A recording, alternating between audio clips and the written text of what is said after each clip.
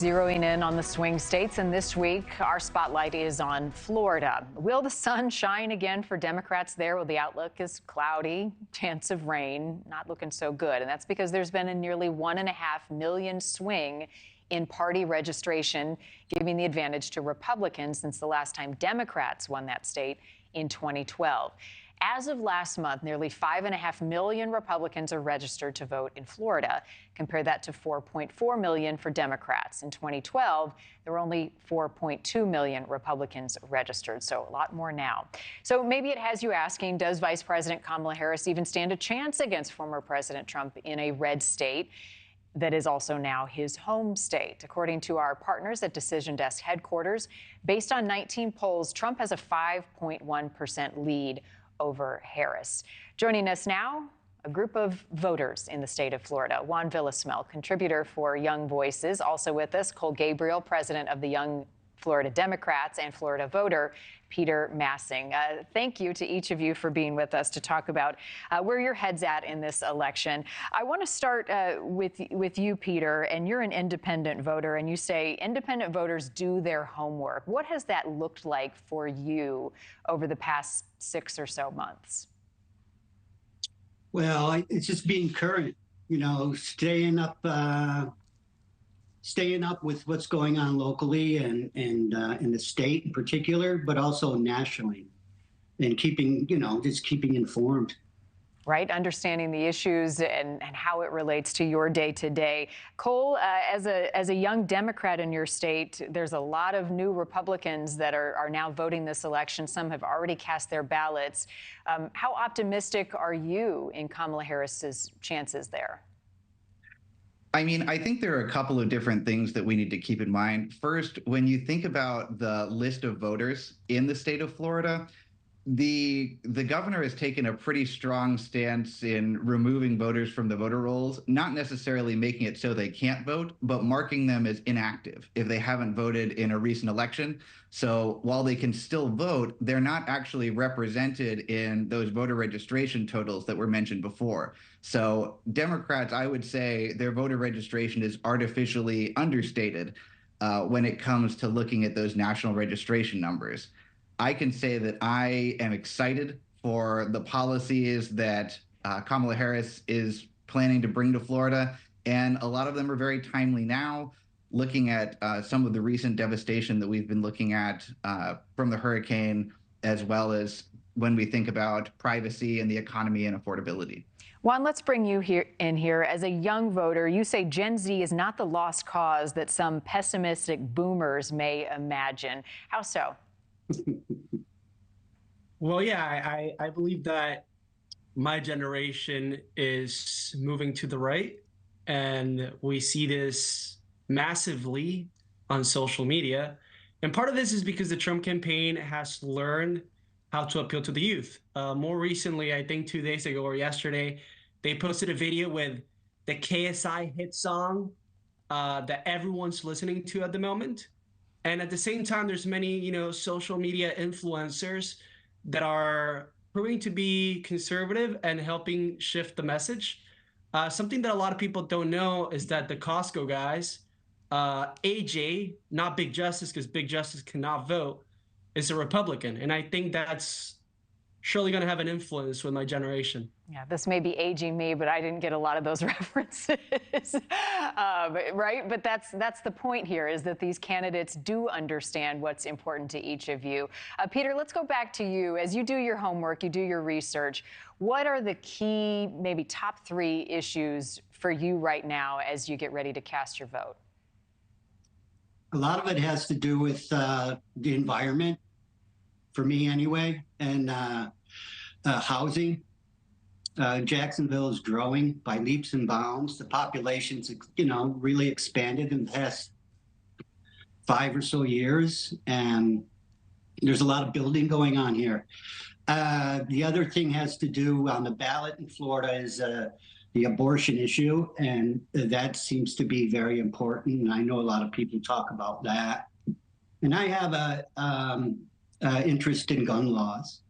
And one of the things that I have conversations with people my age and my generation have a lot to do with, just being civil and seeing these laws change over time.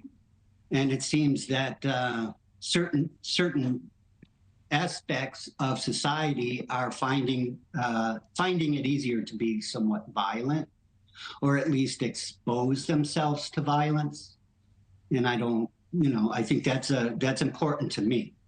Yeah, civility, incredibly critical. Cole, how about you? I know as a Democrat, you'll be voting for Kamala Harris on issues that Peter just laid out on immigration, on abortion. Why do you feel she's the stronger candidate?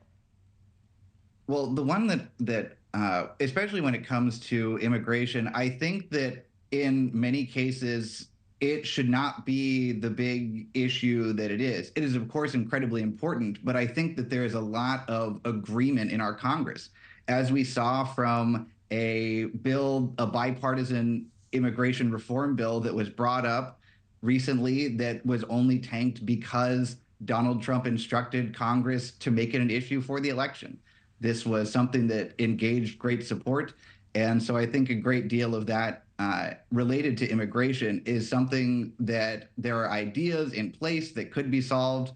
It's just on Congress to pass the bill. When it comes to the issue of abortion, I think that really that comes down to privacy.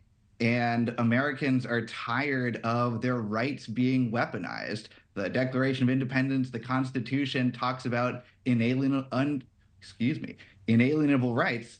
And one of those is the rights to privacy. The government not telling us what we have to do with our bodies, not telling us who to love. And it feels as though one of the big conservative focuses is taking our rights away. Whereas Democratic administrations have been expanding civil rights protections for LGBTQ plus individuals, expanding sexual health services on campus, and fighting to reinstate autonomy. And when it comes to Vice President Harris and our U.S. Senate candidate, Debbie McCarcel-Powell, it is a refreshing thought that women could take the lead on decisions that affect women.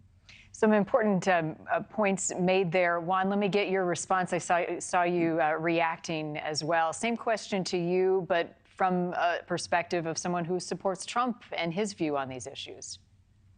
Yeah, I think it's ridiculous how they try to exploit the immigration issue and then they gaslight the American population and they make us think that the Democrats have cared all along.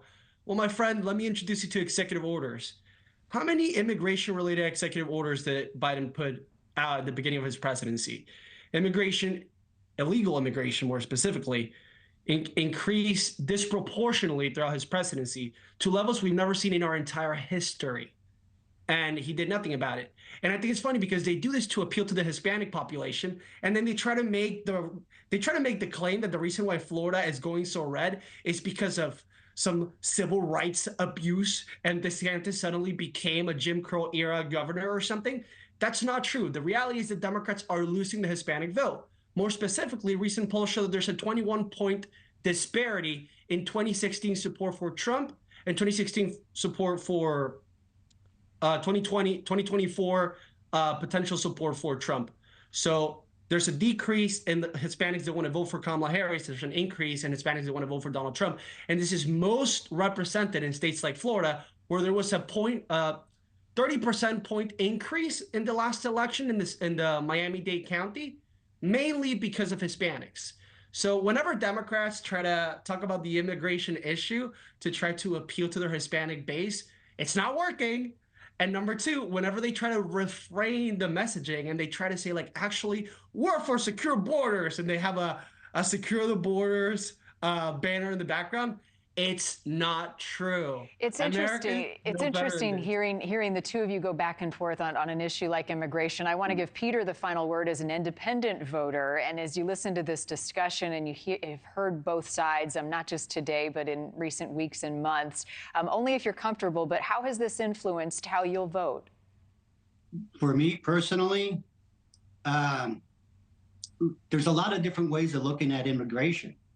And what I'm listening to between the two guests here is they oppose each other for one reason or another. And maybe both have certain ideas about how the problem could be solved. For me, I think immigration's great. I love people coming here. You know, my life has been enriched all through my life because there have been people that I've met from all over the place, not just South America or Central America, but Europe and in Asia. There's so many people here that I think have a say in all this, but it seems sometimes that Democrat, Republican oppose any of these ideas. Think about the people that are here that bring this rich culture that makes America what it is. Well, I think my parents were. Oh, go ahead. My parents were immigrants. You're right. And many of ours were our grandparents. Listen, I appreciate each of your perspectives and a respectful conversation this morning. And Peter, I know you're a veteran, so thank you for your service. Juan, Cole, Peter, appreciate your time. Thank you for watching. Go to newsnationnow.com to find NewsNation on your television provider. And don't forget to click the red subscribe button below to get more of NewsNation's fact-driven, unbiased coverage.